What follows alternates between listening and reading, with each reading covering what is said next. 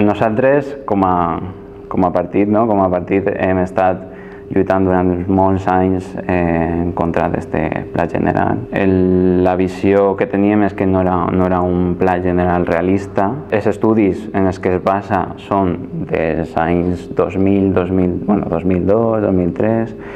Són anys en els que les perspectives de creixement eren completament diferents a les que tenim ara i la filosofia assumida per la societat era completament diferent a la que hi ha ara.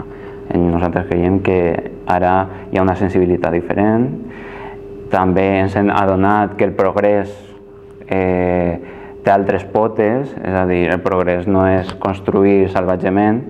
Encara podem veure-lo, està plantejat per un creixement de cara a 10 anys fins a 66.000 habitants de 23 que té Sant Joan. Aleshores, clar, ara mateix que inclús estem perdent habitants, pues se fa complicat, no? Creure en un pla general que està pensat per a un creixement que sabem que és impossible.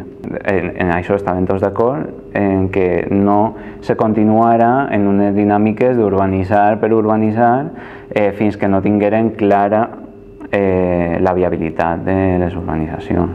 Perquè el problema d'urbanitzar ara mateix és que tu pots plantejar una urbanització d'una zona, però a banda de que els propietaris no podran pagar les càrregues d'urbanització que ells tindran que pagar si no tenen diners en terres, no? I això també són terres que van a l'Ajuntament i ha de fer-se càrrec d'elles.